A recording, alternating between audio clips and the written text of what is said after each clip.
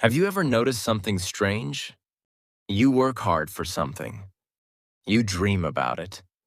You think about it for months, sometimes for years. You tell yourself, when I finally get that, I'll be happy. And then one day, you get it. Perhaps it's a promotion, a new car, a larger house, a better salary, a relationship, a goal you've been chasing for a long time. For a moment, it feels wonderful, exciting, rewarding. Everything seems brighter, but then something happens. Something subtle, something almost invisible. The feeling begins to fade, and before long, a new goal appears, a new desire, a new finish line. Think about that. How many times has this happened in your life? Hello, everyone. Today, I'd like you to imagine a runner. The runner spends years preparing for an important race. They wake up early, train every day, make sacrifices, push through discomfort, all for one moment. Crossing the finish line, finally race day arrives. The crowd cheers. The runner crosses the finish line. A dream comes true. But then imagine something strange. As soon as the runner arrives, the finish line quietly moves further away. Another race appears. Another goal. Another challenge. And suddenly, the journey begins again. Many people spend their entire lives running toward moving finish lines. Now imagine a child on a beach. The child notices the horizon, a beautiful line where the sky meets the ocean. The child decides to reach it, so they begin walking. An hour passes. The horizon remains distant. The child walks farther. The horizon moves again. No matter how far they travel, the horizon stays out of reach. Some goals in life feel exactly the same. We believe happiness exists just beyond the next achievement, just beyond the next purchase, just beyond the next milestone. Yet somehow it always seems slightly further away. Now imagine two employees working in the same company. The first employee dreams of becoming a manager.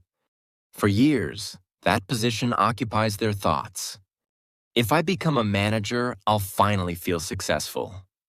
Eventually, the promotion arrives. For a few weeks, life feels exciting. Then something changes. Now they want to become a director. Later, a vice president. Then something else.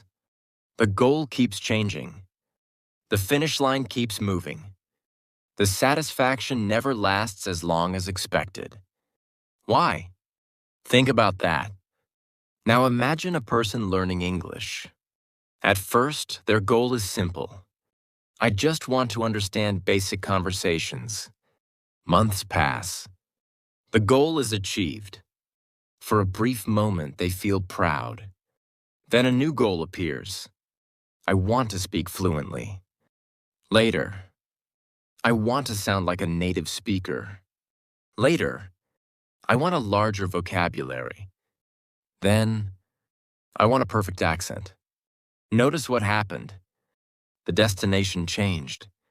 Again, and again, and again.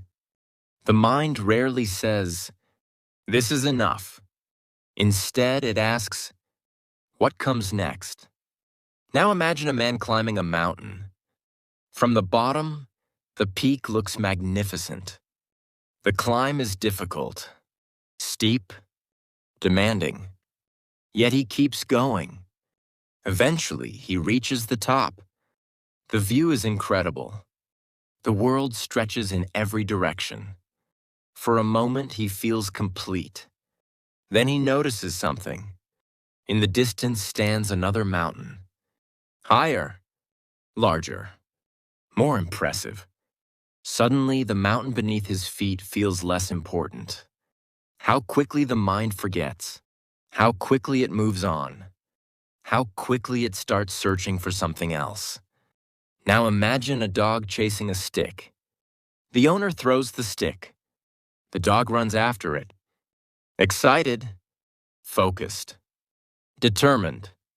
The moment the dog catches it, something happens. The excitement disappears until the stick is thrown again. Many human desires work in a similar way. The chase often feels more exciting than the possession. The anticipation often feels stronger than the achievement. And because of that, people spend years chasing feelings that disappear shortly after arrival.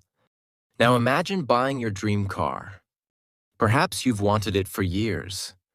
You imagine how wonderful it will feel. You picture yourself driving it, owning it, showing it to friends. Finally, the day arrives. The car is yours. The first drive feels incredible. The first week feels exciting. The first month feels satisfying. But 6 months later, the car becomes normal. 12 months later, even more normal. The thing that once seemed magical becomes ordinary. Not because the car changed, because your mind adapted. Now think about that. The human mind adapts remarkably quickly. A larger house becomes normal. A higher income becomes normal. A new phone becomes normal. A promotion becomes normal. What once felt extraordinary eventually feels ordinary. This is one reason satisfaction can feel so elusive. We keep adapting. We keep adjusting. We keep redefining normal. Now imagine two people. The first person constantly asks, "What else do I need?" The second person occasionally asks, "What do I already have?" At first, the difference seems small, but over time, the difference becomes enormous. One person lives in a state of lack. The other lives in a state of appreciation. One focuses on absence. The other focuses on presence. And their experiences of life become completely different. Now imagine carrying a bucket with a small hole in the bottom. Every achievement pours water into the bucket. A new success, a new purchase, a new accomplishment. The bucket fills briefly. Then the water slowly leaks away. So the person pours in more, and more, and more. Years pass. The bucket is never completely full. Not because there isn't enough water, because the hole remains. Many people spend their lives pouring more into the bucket without ever examining the hole. Think about that. Now imagine standing in a supermarket. Thousands of choices surround you. Different brands, different products, different options. At first, more choices seem wonderful. But eventually, something strange happens. The more options you have, the harder satisfaction becomes. Because every choice reminds you of the choices you didn't make. The same thing happens in life. More opportunities, more possibilities, more paths, and sometimes more dissatisfaction. Because the mind begins wondering if another option would have been better. Now imagine an old fisherman sitting beside a quiet lake. A young traveler approaches and asks, "When will I finally be satisfied?" The fisherman smiles, then points toward the water. The young traveler looks confused. The fisherman says, "Watch." The traveler waits. The surface of the lake becomes calm, still, peaceful. Then a small breeze arrives. The surface begins moving again. The fisherman says, "The problem is not the lake. The problem is believing the water should never move." There is wisdom in that. Perhaps more wisdom than we realize. Now think about your own life. What are you currently chasing? What finish line are you running toward? What goal are you convinced will finally bring lasting happiness? And what happened the last time you reached a finish line? How long did the feeling last? A week? A month? A year? Think about that, because the answer may reveal something important. Perhaps the problem is not that you haven't achieved enough. Perhaps the problem is that you've been searching for permanent satisfaction in temporary achievements. And perhaps the finish line was never meant to be the source of happiness in the first place. Imagine that you finally get everything you wanted 5 years ago. Think about that for a moment. 5 years ago, there were probably things you desperately wanted. Perhaps more money, a better job, a relationship, better English skills, more confidence, more freedom, more time. Now imagine that your past self could see you today. What would they think? They might be amazed. They might see dreams that have already come true. Things you now take for granted. Things you rarely think about. Things that once seemed incredibly important. And yet, here you are, still wanting something else. Still looking ahead. Still thinking about the next goal. The next achievement. The next version of life. Why? Think about that. Now imagine a man standing in front of a door. Behind the door is everything he wants. A better job. More money. Recognition. Success. For years, he dreams about opening that door. Finally, one day it opens. He steps inside. And for a moment, he feels incredible. Excited. Victorious. Satisfied. Then he notices something. Another door. A bigger door. A more impressive door. And suddenly, the room he worked so hard to reach no longer feels enough. Many people spend their lives moving from door to door, always entering, never arriving. Now imagine a child waiting for their birthday. For months, they think about one gift. Every day they imagine it. Every day they feel excited. Finally, the birthday arrives. The gift is opened. The child is thrilled. For a few days, maybe a few weeks, then the toy becomes normal. The excitement fades, and attention shifts to something else. Another toy, another wish, another desire. The pattern begins early, much earlier than most people realize. Now imagine two hikers walking through a valley.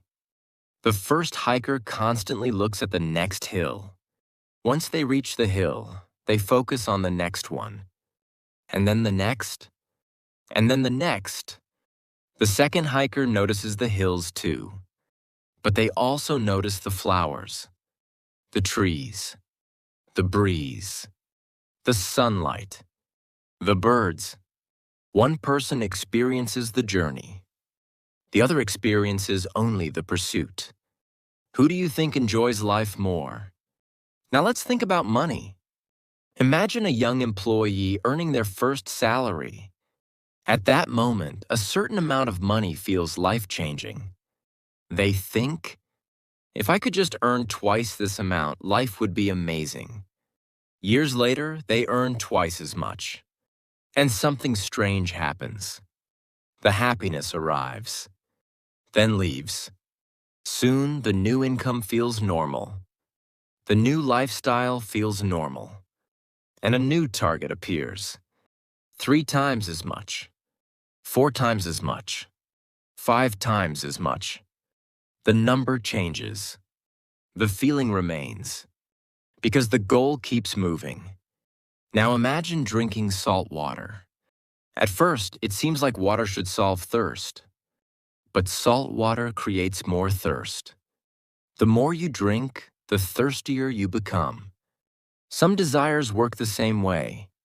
Not all desires, but certain kinds. The desire to impress everyone. The desire to be admired. The desire to always have more than others. The desire to feel superior. These desires rarely create satisfaction. They create hunger. a hunger that grows with feeding. Now imagine a man who dreams of owning a large house.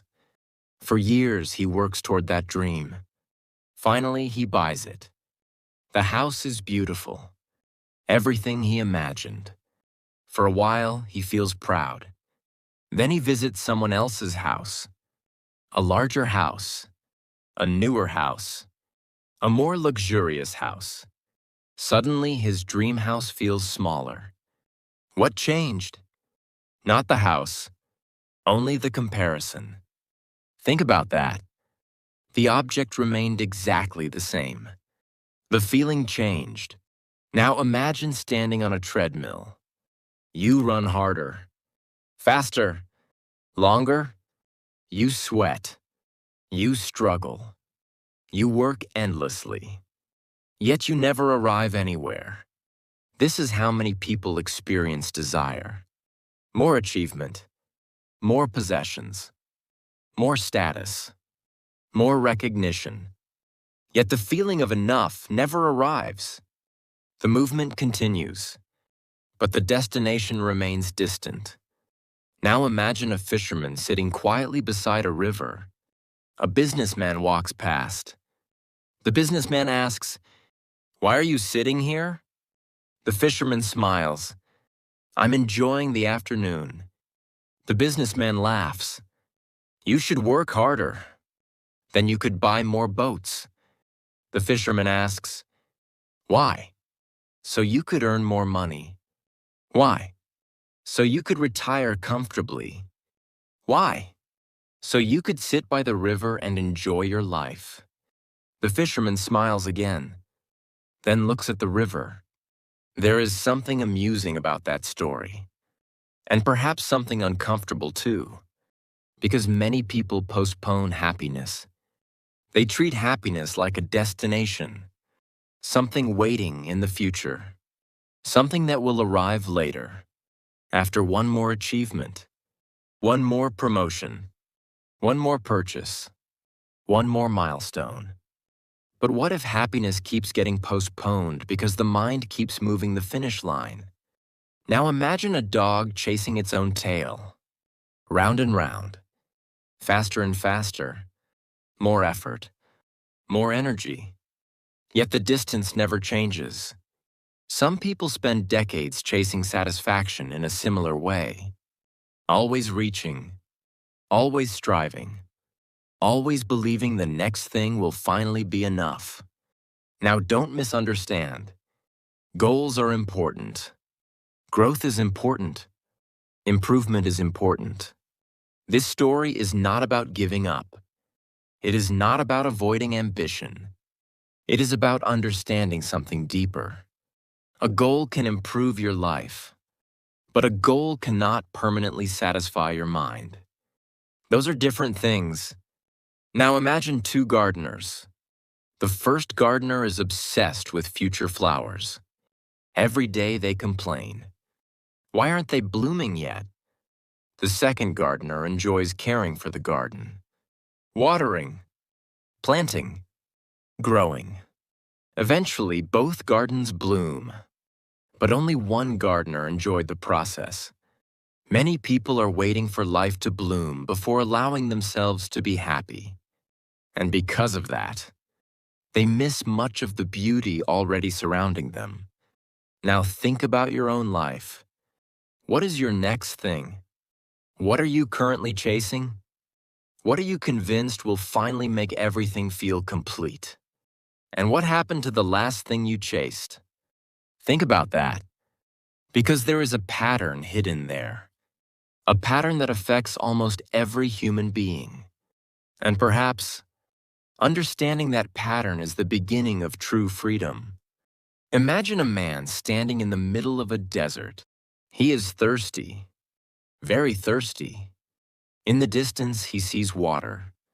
So he walks toward it. The closer he gets, the further it seems to move away.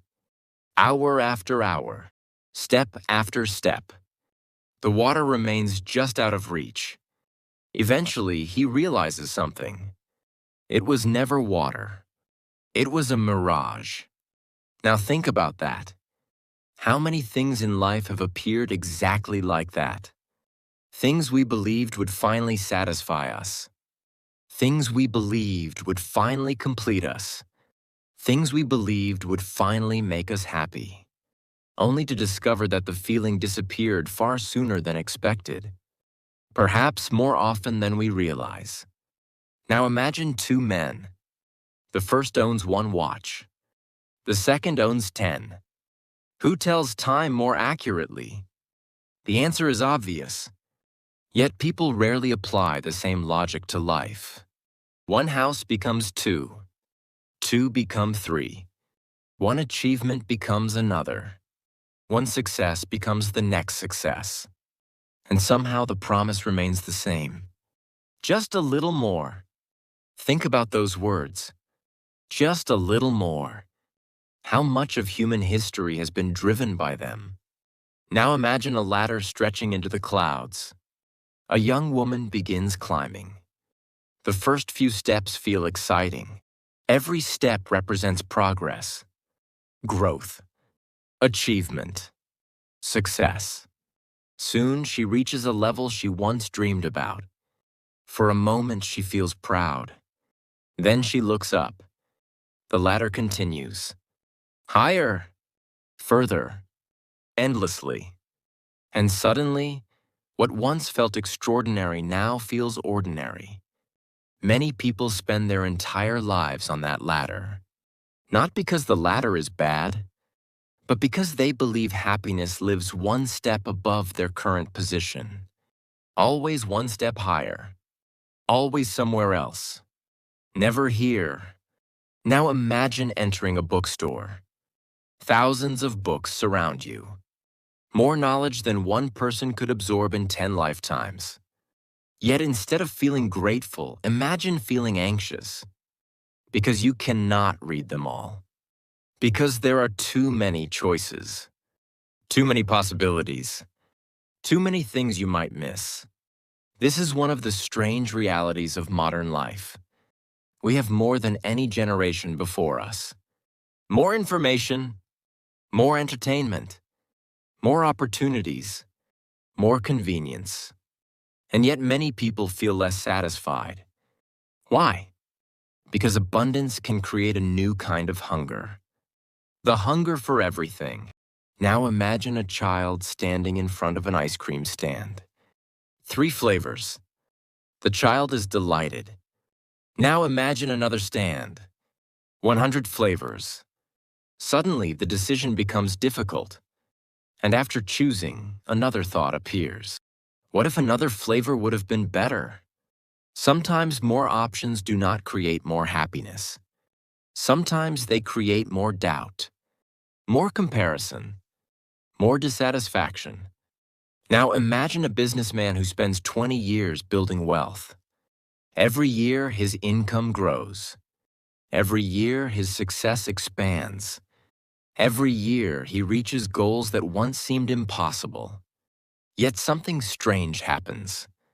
His gratitude grows slowly, but his expectations grow quickly. Eventually, his expectations become larger than his achievements. And when that happens, satisfaction becomes difficult. Because expectations have become a moving target. Now think about that.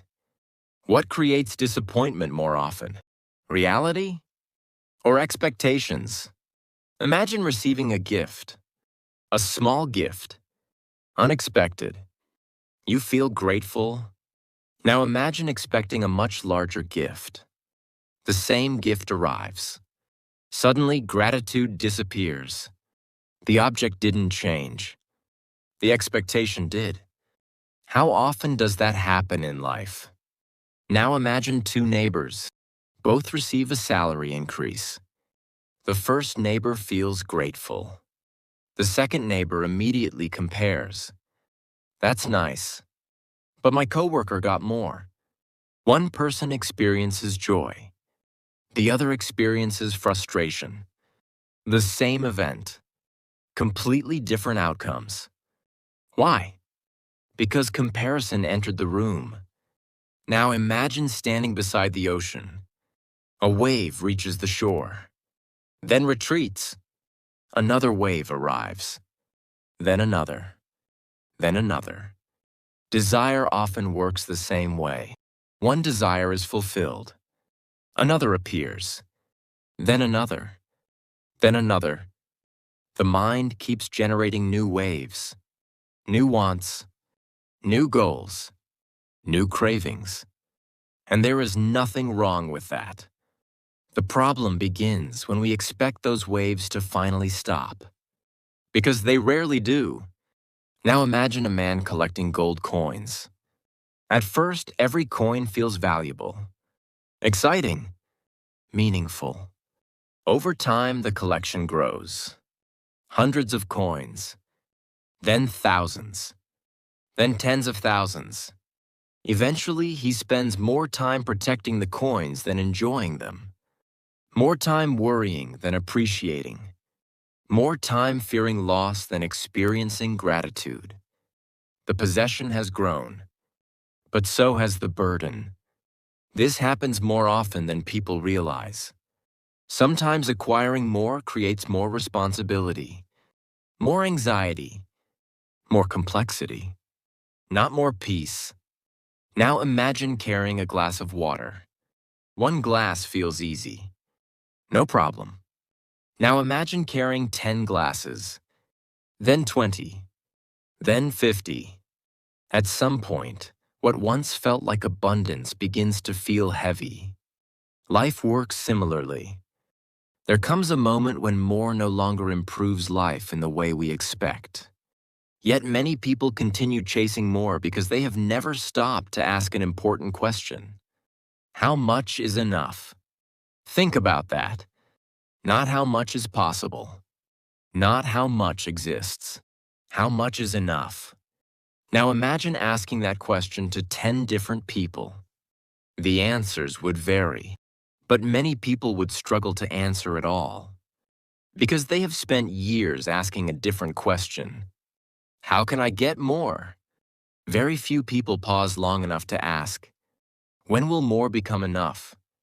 Now imagine an old traveler sitting beside a road. A young man approaches. The young man says, I've spent my entire life chasing success. The traveler nods. The young man continues, and every time I reach a goal, another one appears.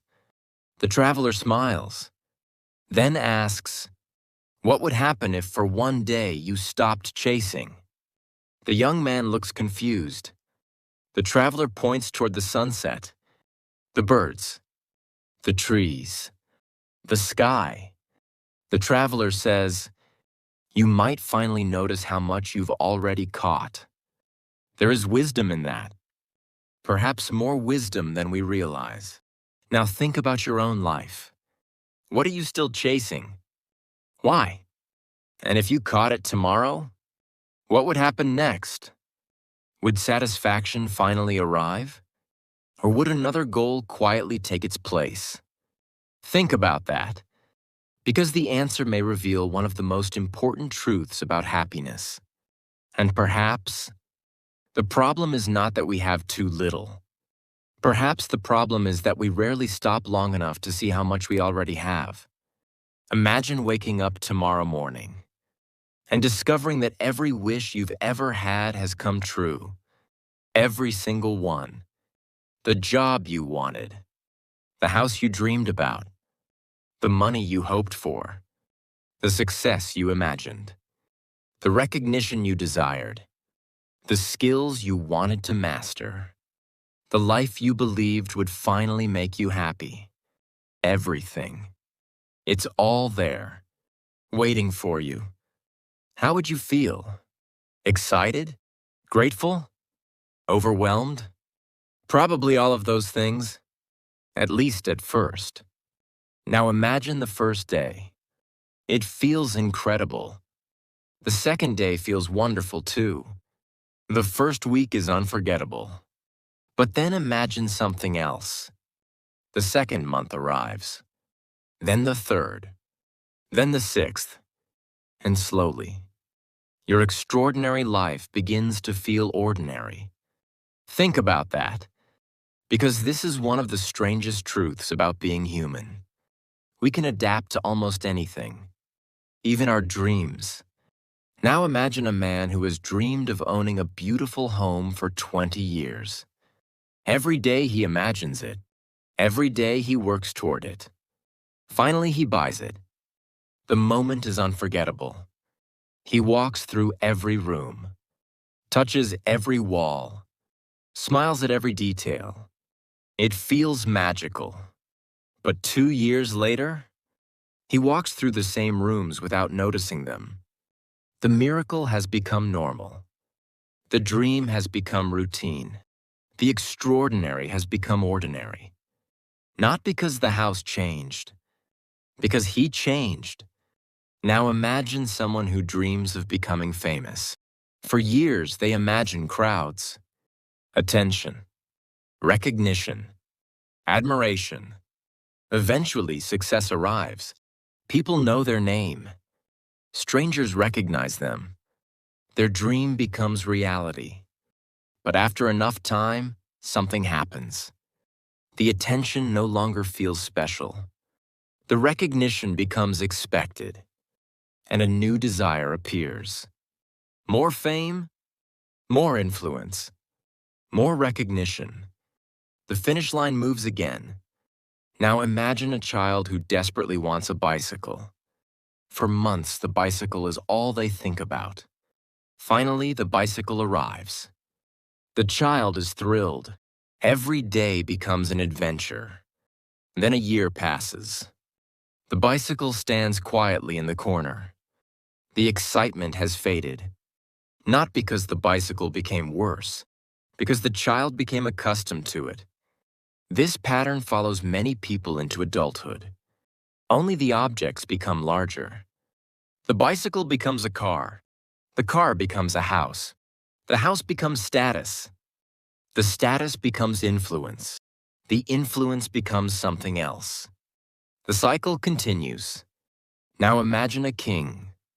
The king has everything people envy: wealth, power, luxury, influence, servants, comfort, everything. Yet every night he walks through the palace unable to sleep. Because despite possessing everything, he still feels something missing. History is filled with people like this. People who achieved extraordinary success, and then discovered that success could not solve every problem, could not answer every question, could not satisfy every desire. Now imagine two people sitting at a table. The first person says, "If only I had more." The second person says, "I wonder why enough never feels like enough." At first, those sentences sound similar, but they lead in very different directions. One person continues chasing. The other begins questioning. And questioning can be the beginning of wisdom. Now imagine standing in front of a mirror. The mirror has a strange power. Every achievement appears inside it. Every success, every possession, every accomplishment. At first, the reflection looks impressive. But the longer you stare, the more you notice something. The reflection never seems complete. No matter how much appears in the mirror, something always feels missing. Eventually, you realize the problem was never the reflection. The problem was expecting the reflection to complete you. Now think about that. How many people spend years expecting external things to solve internal problems? How many people believe happiness is hiding inside a future achievement? A future relationship? A future purchase? A future version of themselves? And what happens when they finally arrive there? Often they discover something surprising. They brought themselves with them. Their thoughts, their habits, their fears, their expectations. Nothing magical happened. Only the scenery changed. Now imagine a traveler crossing a desert. For days, they dream about reaching an oasis. Finally, they arrive. The water is refreshing. The shade is comforting. The rest is welcome. But eventually, the traveler must continue the journey, because the oasis was never the final destination, only a stop along the way. Perhaps many achievements are similar, important, meaningful, worth pursuing, but not designed to provide permanent fulfillment. Now imagine someone saying, "When I get there, I'll finally be happy." Then 10 years pass, and they are still saying the same thing. Only there has changed. The destination moved. Again, and again, and again. Many people spend their lives waiting for happiness to begin, waiting for the perfect circumstances, waiting for the perfect moment, waiting for enough. But what if enough never arrives because the mind keeps changing the definition? Think about that. Now imagine an elderly woman sitting in a garden. A young visitor asks her, "What is the secret to happiness?" The woman smiles, then points toward the flowers. The visitor waits, confused. The woman says, "The flowers bloom. They fade. They bloom again. I enjoy them while they're here." Then she points toward the sky. "The clouds arrive. They leave. The seasons change. Life changes. And so do I." The visitor remains silent. The woman smiles again, then says, "The happiest people I have known were not the people who got everything. They were the people who learned how to appreciate what they already had." There is something powerful about that. Something simple. Something easy to overlook. Now think about your own life. Imagine that everything you're currently chasing arrives tomorrow. Everything. Every goal. Every dream. Every desire. What happens next? Really think about it. What happens after that? Because perhaps the answer reveals something important. Perhaps satisfaction is not waiting at the finish line. Perhaps it never was. And perhaps the people who seem most fulfilled have discovered a secret that many people spend their entire lives searching for.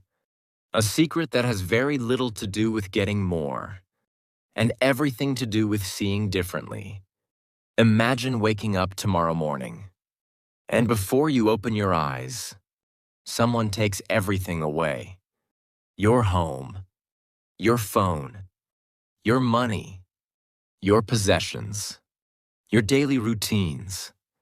Everything disappears. Then, one by one, those things are returned. Your bed, your family, your health, your ability to walk, your ability to see, your ability to hear, your ability to learn, your ability to speak. How would you feel? Think about that. Because gratitude often begins where familiarity ends. Most people are not unhappy because life has given them too little. They are unhappy because they have become accustomed to what they already have. Now imagine a man who lives beside the ocean. Every morning he walks past the water. Every evening he watches the sunset. At first, the beauty amazes him. But after many years, he barely notices it. Then one day, a visitor arrives. The visitor stands silently, watching the waves, watching the colors of the sky, watching the birds above the water. The visitor cannot stop smiling. The resident becomes curious. "Why are you so amazed?" The visitor replies, "Because I have never seen this before." And suddenly the resident realizes something. The ocean never became less beautiful.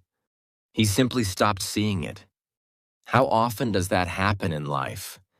Now imagine two people sitting down for dinner. The first person sees an ordinary meal. Nothing special, just food. The second person spent days without enough to eat. To them, the meal feels extraordinary. The food is identical. the experience is completely different. Why? Because gratitude changes perception. Think about that. Gratitude changes perception, not reality. Perception. And perception often shapes experience. Now imagine carrying a flashlight through a dark room. Wherever the flashlight points, your attention follows. If it points toward problems, problems appear larger. If it points toward what is missing, absence becomes more noticeable. If it points toward blessings, blessings become visible. Many people unknowingly point their attention toward what they lack. Every day, year after year, and then wonder why satisfaction feels impossible. Now imagine two neighbors. Both live in similar homes. Both earn similar incomes. Both face similar challenges. The first neighbor constantly focuses on what they don't have. A larger house, a newer car, a better vacation, more success. The second neighbor notices what already exists. A warm home, good friends, food on the table, moments of peace. Years later, their external lives look similar. Their internal lives look completely different. Now imagine a gardener walking through a garden. One gardener notices weeds, only weeds, everywhere.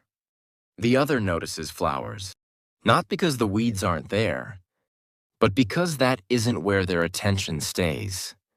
Life often contains both, problems and blessings, challenges and opportunities, pain and beauty. The question is not which one exists. The question is where attention settles. Now think about your own life. How often do you focus on what is missing? The goal not yet achieved, the money not yet earned, the success not yet reached, the dream not yet fulfilled. Now ask another question. How often do you focus on what is already here? The people who care about you, the lessons you've learned, the obstacles you've survived, the opportunities you already possess, perhaps less often than you realize. Now imagine a traveler carrying a cup. Every day, life pours something into the cup. Friendship, health, experience, knowledge, moments of joy. But the traveler rarely notices, because their eyes remain fixed on a larger cup in the distance, a cup they don't yet have. And because of that, they never appreciate the one already in their hands. Many people live exactly this way, always looking ahead, rarely looking around, always chasing, rarely appreciating. Now imagine an old fisherman sitting beside a river. A young man approaches. The young man says, "I've spent years trying to be happy." The fisherman smiles, then asks, "Have you ever tried being grateful?" The young man looks confused. What's the difference? The fisherman points toward the river. One spends life searching for water. The other realizes they are already standing beside it. There is wisdom in that, perhaps more than we first realize. Now imagine losing something important. Not forever, just for a week. Your eyesight, your hearing, your ability to walk, your ability to speak. How quickly would gratitude return? How quickly would ordinary things become extraordinary? The ability to see a sunrise, to hear a loved one's voice, to walk through a park, to laugh with a friend. Many of life's greatest gifts feel ordinary only because they are familiar. Now imagine a woman who keeps a small notebook. Every evening, she writes down 3 things she is grateful for. Nothing dramatic, nothing extraordinary. A conversation, a cup of coffee, a walk outside, a lesson learned, a moment of peace. At first, the exercise feels simple, perhaps even insignificant. But over time, something changes. Her attention changes. And when attention changes, experience changes. She begins noticing things she once ignored, blessings that were always there, moments she once rushed past. Life itself begins to feel richer, not because her circumstances changed, because her awareness changed. Now think about that. The happiest people are not always the people with the most. Often, they are the people who notice the most, the people who appreciate the most, the people who recognize what is already present. Now imagine standing beneath the night sky, thousands of stars above you, cool air around you, the earth beneath your feet. For a moment, you stop chasing. You stop comparing. You stop wanting. You simply notice. And in that moment, nothing new was added to your life. Yet something feels complete. Why? Because gratitude does something remarkable. It transforms enough into abundance. Think about that. Enough becomes abundance. Not because more arrived, because appreciation arrived. Now ask yourself a question. If nothing changed tomorrow, could you still find something to be grateful for? A person? A memory? A skill? A lesson? A simple moment? Think about that. Because perhaps satisfaction does not begin when we get everything we want. Perhaps satisfaction begins when we finally see everything we already have. And perhaps that changes more than any achievement ever could. Imagine a man standing beside a river. In his hands are two buckets. The first bucket is labeled more. The second bucket is labeled enough. Every day he carries the bucket called more. And every day it feels heavy. No matter how much water he pours into it, the bucket never seems full. There is always room for more. More money, more success, more recognition, more achievement, more possessions, more certainty, more approval. The bucket never stops asking. Now imagine the second bucket, the bucket called enough. Something interesting happens. It doesn't need to be completely full to bring peace. Think about that. Because perhaps the difference between a peaceful life and an exhausting life is not how much we have. Perhaps it is which bucket we spend our lives carrying. Now imagine two travelers crossing a desert. The first traveler constantly complains. There isn't enough water. There isn't enough shade. There isn't enough comfort. The second traveler notices what is available. A cool breeze. A resting place. A small spring. The same desert. The same journey. Two completely different experiences. Why? Because one traveler focuses on scarcity. The other focuses on sufficiency. Now think about modern life. Many people live surrounded by abundance. More food than previous generations. More comfort. More information. More opportunities. More convenience. Yet dissatisfaction remains common. Why? Because abundance does not automatically create contentment. Contentment is a skill. Think about that. A skill. Just like learning English. Just like learning music. Just like learning to swim. Contentment requires practice. Because the mind naturally drifts toward wanting more. Now imagine sitting in a quiet room. Nothing extraordinary is happening. No celebration. No achievement. No exciting news. Just a normal day. For some people, that feels uncomfortable. They immediately reach for stimulation, entertainment, distraction, noise, something, anything. Why? Because many people have forgotten how to simply be. Now imagine an old wooden bench beneath a tree. A man sits there every afternoon. No phone, no agenda, no urgency, just sitting, watching the wind move through the leaves, listening to birds, feeling the warmth of the sun. Some people might call this unproductive. The old man might call it living. Think about that. Now imagine two musicians. The first musician finishes a song.